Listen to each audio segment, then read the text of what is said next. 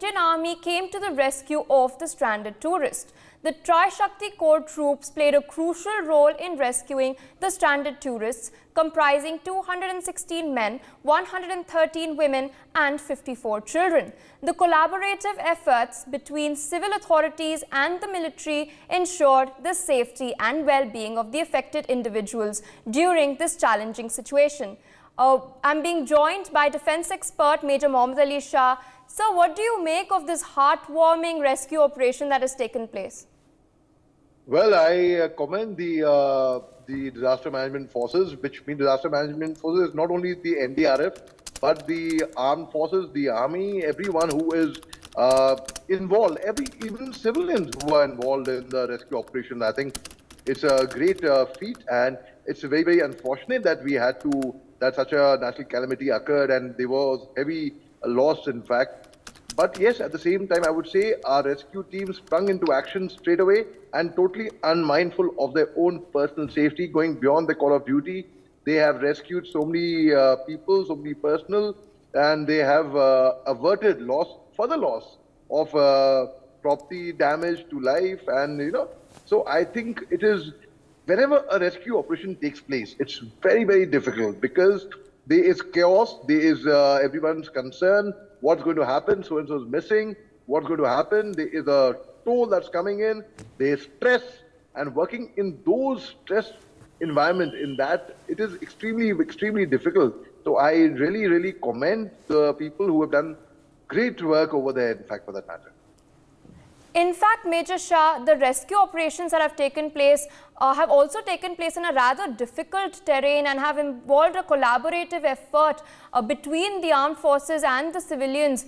What do you make of this? And how vital do you think the collaboration was to ensure the success of this operation? That's a very good question. I have served in the Northeast. I've had a longish tenure in the Northeast, and I have been to Sikkim on several occasions. I've been to Gangtok, 13 Mile, and the other parts of Sikkim. In fact, the pass over there, it is a very, very famous pass. A lot of tourists come there. In fact, if you are driving up, it's a beautiful drive.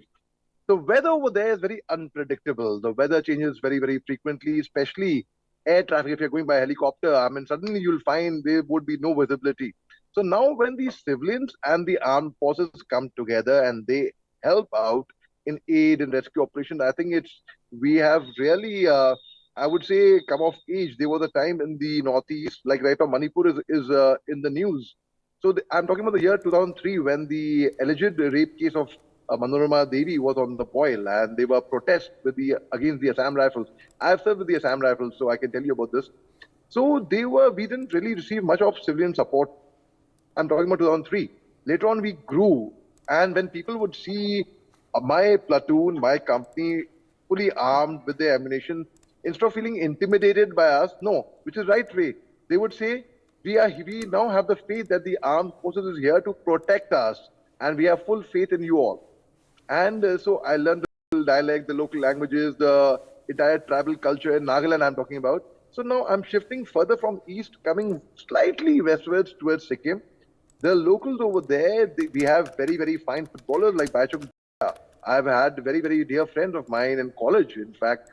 He also incidentally Baichung, and many of them, they have been from Sikkim, and I think the armed forces have been very, very successful in winning the heart and mind of the locals, be it in Jammu Kashmir where the Ops Bhavna goes on, be it in disturbed areas like Manipur, Nagaland used to be, there's ceasefire there right now, of course. Assam used to be very disturbed.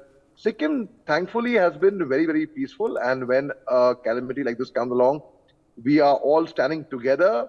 As Indians, we are all proud Indians, and we all are doing service to the motherland, be it in the armed forces, be it in the civil street, be it you are doing great service to the motherland, a municipality worker is doing great service to the motherland. So I feel the rescue team right now, every single person, my compliments to them, and my heart goes out to them, and my deepest condolence and to the bereaved families and to people who have incurred the casualty upon them, and to the family members who have suffered losses. But most certainly, I think that's the way to go. Way to go, India, I would say. Not just Indian armed forces.